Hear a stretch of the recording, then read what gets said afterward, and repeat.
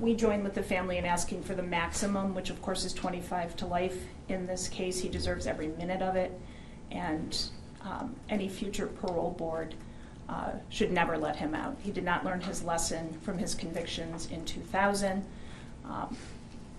He takes no responsibility for his actions whatsoever. I don't know if they read these sentencing minutes, sometimes I wonder, but we join in the family in asking for the maximum punishment. In this case, it is well deserved. Thank you. Mr. Dell. Your Honor, I reviewed the pre-sentence investigation. I don't have any objections to it, and I have nothing to add. Now, Mr. Dell, you know under the law I'm required to ask if your client has anything to state on the record, so I'm doing that now. Yes, Your Honor. Go ahead.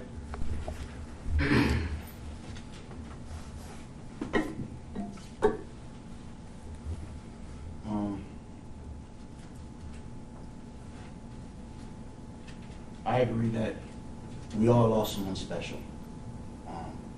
Regarding characterization that stated, I want to address that, but we all lost somebody special. I lost a wife and a family, and the family that we spent time with and enjoying with the Hudson family.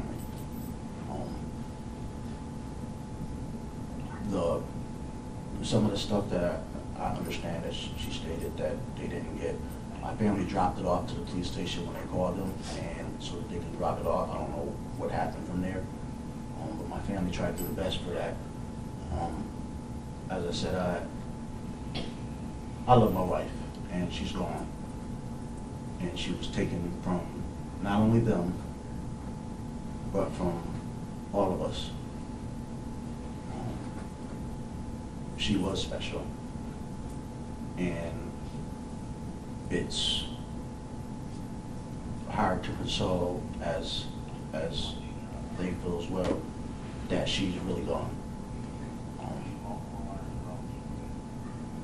This has been a nightmare for everybody, including the court and the DA who likes to suppress evidence. However,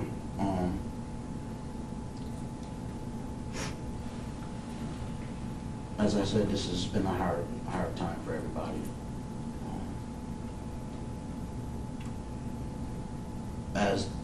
Even though I got found guilty of these charges, obviously with the evidence not being 100% provided so that we can utilize the truth-seeking function and the fact-finding procedure, which would have benefited the public at large and the family, because there's things that the family don't know about and everything else that may have changed the whole outcome of this case, and we could get justice for all of us. Obviously, in this case, it hasn't taken place as of yet or today because we all lost someone.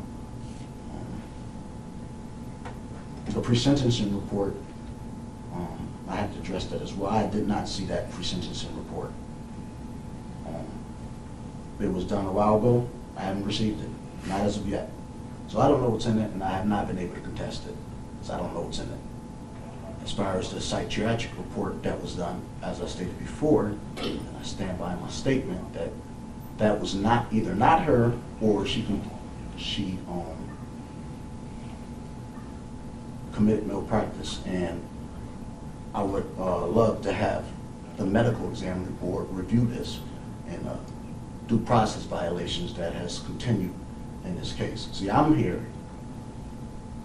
because I don't want to be here. I'm forced to be here to fight these charges.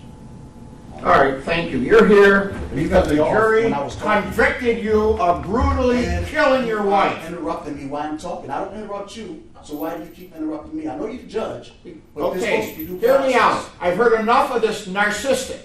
You're a narcissist, and I'm not going to put this family again. You're a again. narcissist because you're talking and you're going all. Shut his microphone off, and if you keep talking, I'm going to do it without you. You'll be in there. I've heard enough from you.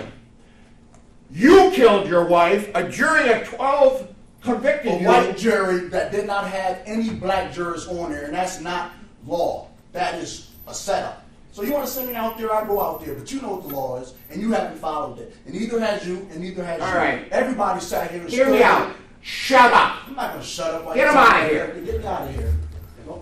I want to apologize to these children. And I'm so sorry for some reason your mother ever ran into this guy.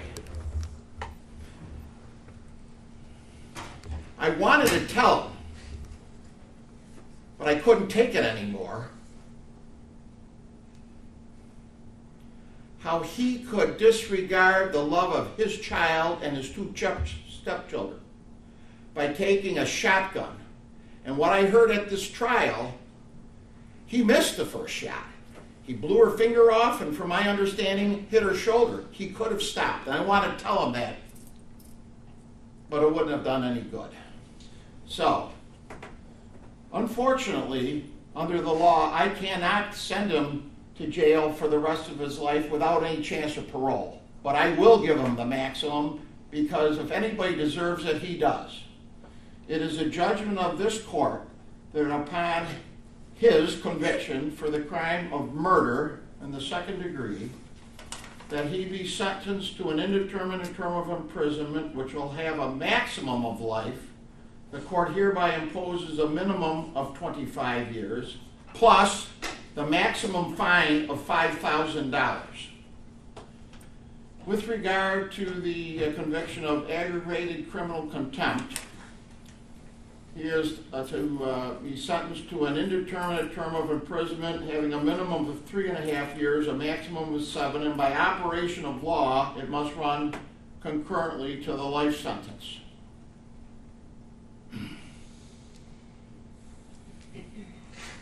Now, on the misdemeanor charges of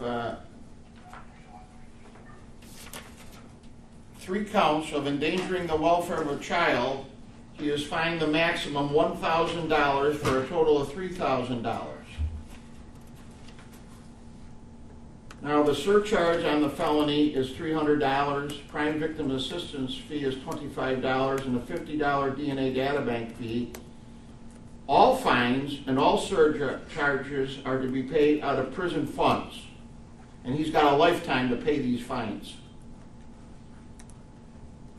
He has 30 days on which to file a notice of appeal, and I will write a letter. I want the family to know. I will write a letter to the parole board using the strongest language possible that he never ever sees the light of day. That concludes the sentencing.